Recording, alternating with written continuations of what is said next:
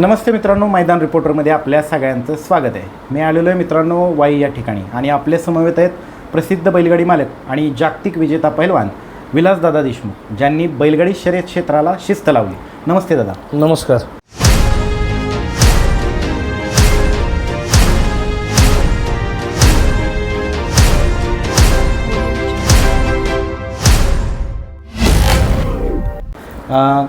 आज विशेष मुलाखत घ्यायची कारण की बऱ्याच 2 दिवसापासून सोशल मीडियावरती बैलांच्या टॅगिंगच्या संदर्भामध्ये चर्चा सुरू आहे.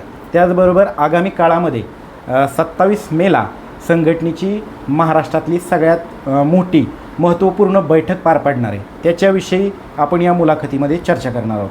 दादा, प्रथम मला सांगा, हे टॅगिंग कशासाठी राबवलं जाते राज्य सरकारकडून? राज्य सरकारने आत्ता ज्या पद्धतीने आपण लोकसंख्येची जनगणना करतो तशा पद्धतीने महाराष्ट्रात असणाऱ्या जनावरांची संख्या, त्याची प्रॉपर बाबा किती गाय किती बैल हे आहेत ह्याची सगळ्यांची त्यांना आकडेवारी पाहिजे.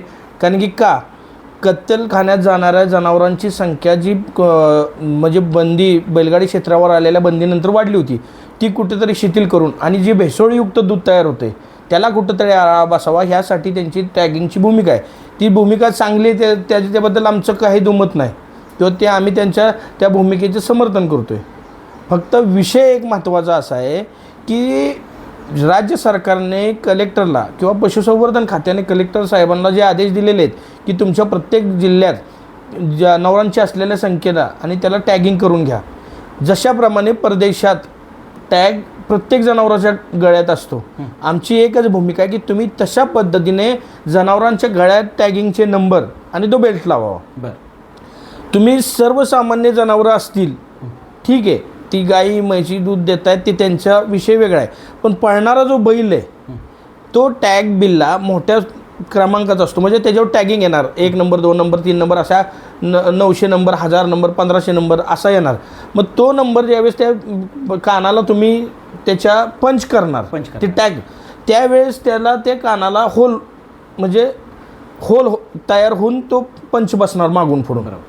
आणि त्यावेळेस आपण जो आत्ता 2017ला PC ॲक्टद्वारे प्राणी हिंसक कायदा केला आहे, मग हे कुठेतरी हिंसक नाही का?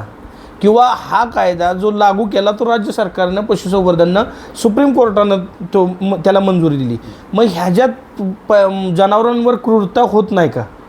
100% क्रूरता होती. त्याच अनुषंगानं त्याचबरोबर बैलगाडीला झुपलेला बैल पळत असताना तो टॅग त्याच्या मानेवर किंवा त्या जोकाडाखाली किंवा त्याच्या मानेला तो जर कानवर खाली पळताना झाला किंवा जोकाडावर आपटला तर घासला तर ती त्याला म्हणजे वेदना होऊ शकतात आणि ती त्याला जखम होऊ शकते.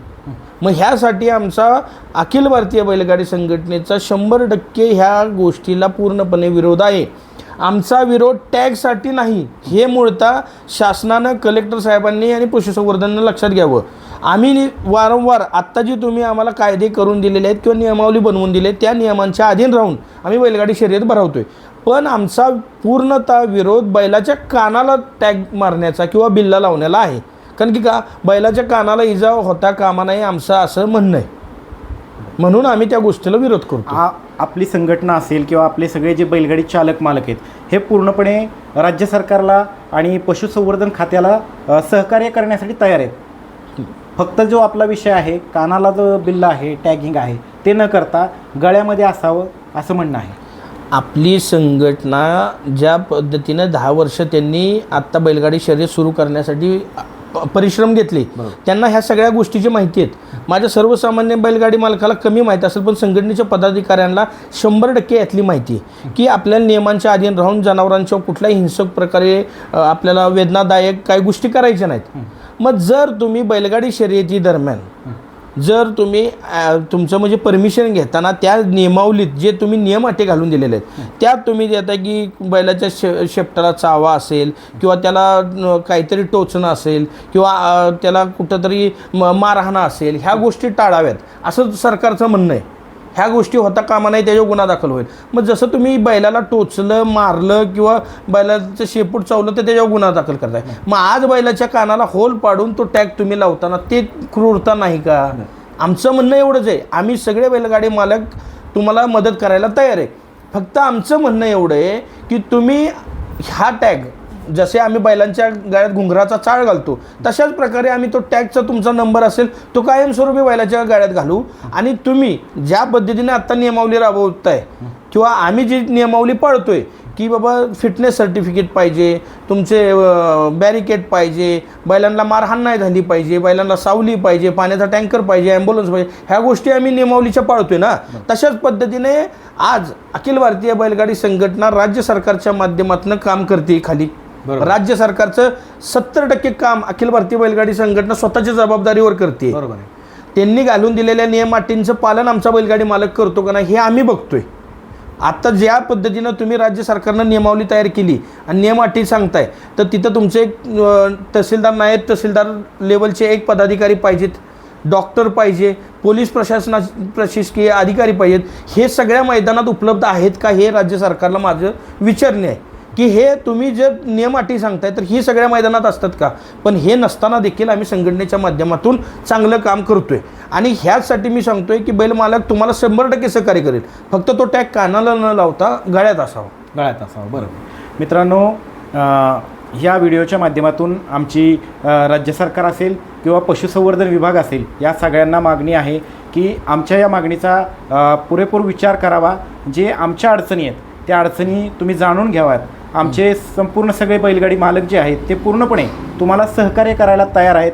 विशेष म्हणजे ही जी टॅगिंगची मोहीम आहे ही जर सुरू झाली तर यामध्ये अखिल भारतीय बैलगाडी संघटना असेल, तालुका संघटना असतील, ह्या सक्रिय होऊन सगळ्या बैलांचं टॅगिंग करण्यासाठी प्रतिसाद देतील. फक्त ज्या अडचणी आहेत आमच्या ते हे विलासदादा देशमुख हे सांगतायत. काय आमची 100% आम्ही तुम्हाला तेच सांगतो की आम्ही सगळ्या मदती करू. तुमच्या नियमाटी ह्या अगोदर 10 वर्षापूर्वीची मैदानं बघा तुम्ही, कुणाला परमिशन घ्यायची गरज नव्हती किंवा प्रत्येक मैदानात गाव कमिटीचा निर्णय तो फायनल मानला जायचा किंवा त्यांनी मैदान त्यांच्या स्वरूपात भरवत होती. पण आता कंपल्शन करतोय आम्ही प्रत्येक गोष्टींना, नियमात राहूनच तुम्हाला करावे लागतील. मग ह्यासाठी आम्हाला अनेक संयोजकांशी हेवेदावे करावे लागतात, अनेक बैलमालकांशी करावे लागतात, अनेक आमचे समालोचक ड्रायव्हर ह्यांच्याशी आमचे वादविवाद होतात.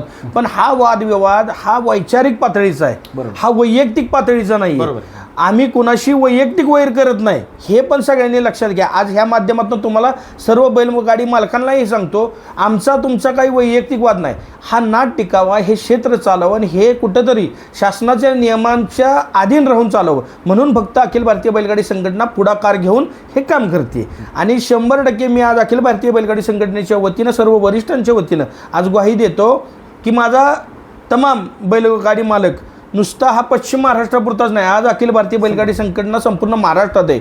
म्हणजे मुंबई, ठाणे, रायगड, पालघर, आपलं सातारा, सांगली, कोल्हापूर, सोलापूर, पुणे, जालना, संभाजीनगर, यवतमाळ, वर्धा, भंडारा, बुलढाणा, गडचिरोली, धाराशिव, नाशिक, सगळीकडं आज ह्या बैलगाडीच्या स्पर्धा आहेत. सगळ्या जिल्ह्यांमध्ये मराठवाडा, विदर्भ, तुमचा खानदेश, सगळ्या ग्रामीण अर्थव्यवस्थेला एक चांगली झळाळी मिळाली. हे असून समुद्रपट्ट्यावर पण आमच्या रत्नागिरी, रायगड साईडला, रत्नागिरी जिल्ह्यात चिपळूण बिपळूण ह्या भागात पण आहेत. मग आज ही एवढी क्रेज आहे, ग्रामीण म्हणजे अर्थचलन वाढलं ह्या क्षेत्रातलं.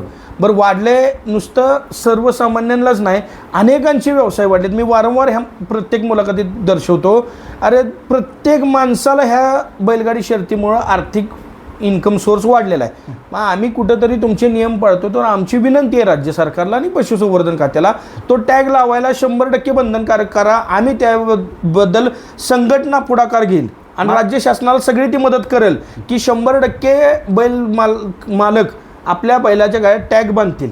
फक्त तो कानाला जर असेल तर आमचा 100% विरोध राहणार. आता ज्या पद्धतीने आपण बातम्या वाचतोय किंवा इतर ठिकाणातनं माध्यमातून ते कळतंय आपल्याला, तर आपल्या संघटनेने आता भूमिका काय घेतली? आता सध्या तुमच्या हालचाली कशा सुरू आहेत ह्या संदर्भामध्ये? नाही, काय आहे, आमचे सर्व वरिष्ठ पदाधिकारी आम्ही सगळे या संदर्भात आपण सगळे एकत्रित येऊन आता राज्य सरकारला आणि प्रथमतः पशुसंवर्धन आयुक्त जे औंध, पुणे येथे असतात त्यांची आम्ही त्यांची वेळ घेऊन आम्ही त्यांना भेटणार आहे आणि ही सगळी बाजू आमची मांडणार आहे त्यांच्या पुढं.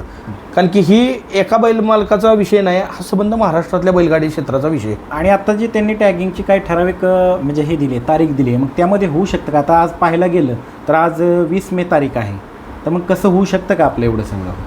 नाही होऊ शकतं. आता 20 मे 27 तारखेला अखिल भारतीय बैलगाडी संघटनेची मिटिंग आहे. बरं. 27ची मिटिंग झाल्यानंतर त्या मिटिंगमध्ये आम्ही प्रमुख हा एक विषय महत्त्वाचा आहे आपल्याला आत्ता म्हणजे येणाऱ्या काळात, कारण की त्यांनी काहीतरी पुढच्या महिन्यापासून टॅगिंगची सुरुवात कंपल्शन केलेलं आहे. तर पुढच्या महिन्यात असणाऱ्या बैलगाडी शर्यतीच्या मैदानाला त्या गोष्टीचा अडथळा भासू शकतो. त्यामुळं 28 किंवा 29 तारखेला त्या संदर्भात जाऊन आयुक्तांची गाठ घेऊन त्याच्यावर कशा पद्धतीनं लगेच आपण पशुसंवर्धनला आपला रिप्लाय देऊ शकतो याबाबत आत्ता माझी सर्व वरिष्ठांशी चर्चा चाललेली आहे. आणि अखिल भारतीय बैलगाडी संघटनेचे कार्याध्यक्ष दत्ताभाऊ गायकवाड यांच्याशी मी काल रात्री ह्या विषयावर बोललेलो आहे.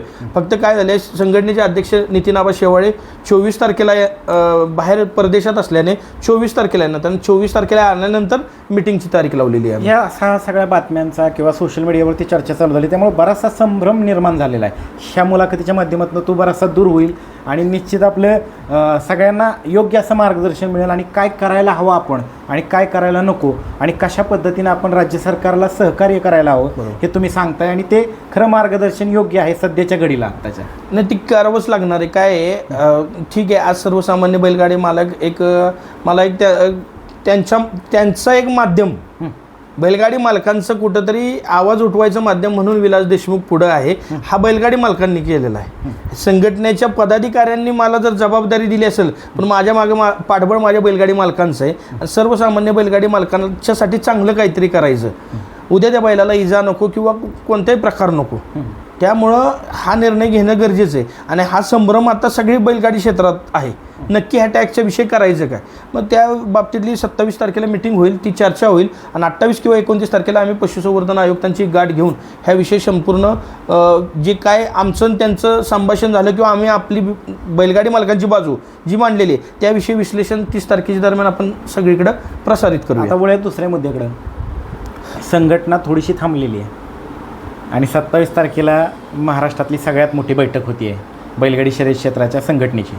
तर काय आता धोरणं काय ठरणार आहेत, काय एक थोडक्यात फक्त सांगा. काय झालं आहे, संघटना थांबली होती. काय बैल मालकांनाही काय गोष्टीची जाणीव व्हावी आणि लोकांनाही कळावं. म्हणजे जे ड्रायव्हर चुका करत होते ते आज म्हणायला लागलेत की पैलवान संघटना सक्रिय करा. समालोचकांना जे वाटत होतं की पैलवान आपल्या विरोधात बोलतात, विरोध भूमिका घेतात, तेही म्हणतात पैलवान ह्याचा त्रास होतोय ही करा. ज्या गोरगरिबांच्या अन्याय चालू आहेत ते तर वारंवार मागणी करतात की पैलवान संघटना सक्रिय करा. किंवा आयोजकांच्यावर काही ठिकाणी आयोजक जर साधे असले तर त्यांच्यावर बर्डन वाढवून त्या मैदानाचं दबावगट तयार होतो. त्यांचंही काही जणांचं म्हणणं आहे की तुमचे बैल मालक आम्हाला त्रास देतात. नुसतं अन्याय हा फक्त बैल मालकांवरच होता असं नाही, कधी कधी आयोजकांवर पण होतोय सगळे. आणि त्या बाबतीत मग कुठेतरी सारखं वारंवार चर्चा झाल्यानंतर माझ्याकडे गेल्या वर्षापासून ज्यावेळेस 18 मे 2023ची वाई येथे अखिल भारतीय बैलगाडी संघटनेची मिटिंग झाली, त्यानंतर ज्यावेळेस आपण नियमाटी करत गेलो आणि बैलगाडी मालक अंमलात आणत गेला, पण त्या मिटिंगच्या नंतर दुसऱ्या दिवसापासून माझी प्रोसिजर चालू होती. म्हणजे संघटना रजिस्ट्रेशनची रजिस्ट्रेशन माझा म्हणजे त्याला भरपूर वेळ गेला. त्यात अनेक अडचणी आल्या. त्या समोर असणाऱ्या न्यायाधीशांनी धर्मादाय आयुक्तांनी त्यांनी आम्हाला बऱ्याचशा गोष्टींचे बदलाव करायला लावले. ते सगळे चेंजेस आणि सगळ्या गोष्टी करता करता 1 वर्ष गेलं. त्यात महत्त्वाचा विषय होता नावाचा संघटनेच्या. पण सुदैवानं आम्ही आमच्या पद्धतीनं आमचे काय गोष्टी करून आम्ही आमची ताकद वापरून आमच्या मित्रमंडळींची ताकद वापरून मदती वापरून आम्ही अखिल बैलगाडी असोसिएशन हे नाव पण मिळालं. आणि हा नंदीचा आमच्यावर असलेला आशीर्वाद आहे. आणि आज संघटना आपली रजिस्टर झालेली आहे. त्यामुळं ही मिटिंग लावून जे काय आज बैलगाडी क्षेत्रात चुकीचं घडतं आहे त्याला 100% थांबवण्याचा प्रयत्न आम्ही करणार. म्हणजे 27 तारखेच्या मीटिंगसाठी तुम्ही सगळ्या बैलगाडी चालक मालकांना ते ठिकाण असेल या संदर्भात ही माहिती लवकरच देताल आणि आव्हान काय करताल की काय? नाही, आता एक गोष्ट सांगतो, आपली मागची मीटिंग ही जनरल मीटिंग लावली होती. ही मीटिंग जी आहे ती पदाधिकाऱ्यांच्यावर जास्त वेटेज द्यायचं आहे. बरोबर. म्हणजे आज काय होते, महाराष्ट्रात कुठं जरी अन्याय झाला, कुठं अडचण आली तरी पहिला फोन मला येतो किंवा आबांना येतो, दत्ता भाऊंना येतो, मांगडे तात्याला. म्हणजे ह्या वरिष्ठांना जे लोड येतोय ती आम्ही राज्य संघटनेचे जे पदाधिकारी आहोत, आम्ही एक युवकांची टीम, मी मागच्या माझ्या मुलाखतीत सगळ्या युवकांची नावं सांगितलेली जे, तर ती युवकांची टीम प्रत्येक तालुकावाईज जी कमिटी केलेली, तशीच तांत्रिक कमिटीची एक युवकांची टीम आम्ही तयार करणार आहे. आणि ह्या कमिट्या, तालुका कमिट्यांना अधिकार देऊन ह्या कमिट्या ज्या त्या तालुक्यातलं मैदान व्यवस्थित पार पाडणार. त्यात जर काय अडचण आली तर ती मग आम्हाला फोन येईल. टप्प्यानुसार काम होणार. जे थेट तुम्हाला जो त्रास होतो सगळ्यांना प्रत्येक वेळेस 24 तास. मी आज मित्रांनो मुलाखत घेण्यासाठी आलो होतो, सकाळी 10 वाजता आलो, तर तुम्ही पाहू शकता आता 1:22 झालेत. विलासदादांना सकाळी 10:15 वाजल्यापासून फोन चालू आहेत, ते आत्ता फ्री झालेत. अक्षरशः आम्ही दोघं एकमेकाकडे बघून फक्त हसायचो. लोक भेटायला येतात, कॉल तेवढे चालतात आणि कॉल रिसीव्ह करणं आणि तो विषय जिथं प्रश्न निर्माण होतो त्याचं उत्तर तिथंच तोडगा काढला जातो, म्हणून त्यांना बराचसा वेळ लागला. आणि ही मुलाखत आज तुम्ही संध्याकाळी पाहत असाल.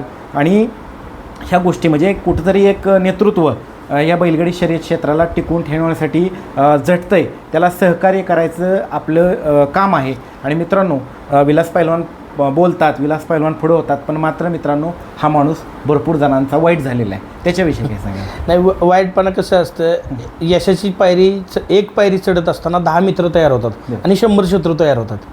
पण ते 100 शत्रूंच्याकडे न पाहता 10 मित्रांना बरोबर घेऊन काम करणं ही माझी पहिली म्हणजे हे. आता तुम्ही बघितलं, तुम्ही सांगितलं आता तुम्ही की गेले 10:15 वाजल्यापासून तुम्ही अनेक लोक आलेली बघितली. माझ्याकडे फक्त बैलगाडी क्षेत्राचाच एक विषय नाही आहे. मी पैलवान ग्रुप महाराष्ट्राचा पण अध्यक्ष आहे. माझ्या पैलवानकी क्षेत्रातले अनेक विषय आहेत किंवा पैलवानांचे काय विषय असतात, त्यांच्या अडचणी, त्यांच्या मदती. दुसरी, मी आजी माझी सैनिक संघटनेचा त्यांचा कोर कमिटी सदस्य आहे. आजी माझी सैनिकांचे काही विषय असतील, त्यांच्या मिटिंग असतील त्या करतो. थोडासा कुठेतरी राजकीय पण माझ्या मागं थोडंसं एक राजकारणाच्या काही गोष्टी जोडलेल्या आहेत. मी राजकारणात पण सक्रिय असतो, त्यामुळे त्याही गोष्टी अटेंड करतात. आणि सोशल वर्क करताना, सामाजिक कार्य करताना इथल्या काही स्थानिक प्रश्न असतील तर त्या लोकांशी जोडलेलं असतो. त्यामुळे सर्व घटकांशी माझे संबंध आहेत. पण हे अडथळे आणणाऱ्यांना माझं एकच सांगणं आहे की मी प्रत्येक वेळेस त्याच गोष्टी रिपीट करणार नाही. माझा तुमचा वैयक्तिक कोणता वाद नाही, बरोबर, माझे तुमचे वैयक्तिक मतभेद नाहीत. तुमचा माझा आपल्या सर्वसामान्य भाषेत सांगायचं घेतला तर बांधाला बांध नाही, बरोबर. तुमचं माझं काही पिढीजात वैर नाही. हा विषय समजून घ्या. ज्यावेळेस एखादा माणूस मला बाबा माझ्याविषयी विरुद्ध बोलतो, पण जर ती वेळ त्याच माणसावर आल्या आणि त्यावेळेस त्याला जर योग्य तो न्याय नाही मिळाला, मग त्याच्या लक्षात येतं की नक्की पैलवान करतात ही भूमिका योग्य की अयोग्य. अनेक जणांशी माझे वाद झाले, आणि आज म्हणजे मी स्पष्ट सांगतो, समालोचकांशी, ड्रायव्हरांशी माझे वाद झाले. पण आज ड्रायव्हर मला फोन करून म्हणतात पैलवान संघटना सक्रिय करा, समालोचक सांगतात संघटना सक्रिय करा. अनेक आयोजकांशी वाद झाले, अनेक आयोजकांचे गुन्हे पण दाखल केले मी. पण त्यांना नंतर कळतं की ह्याची भूमिका काय.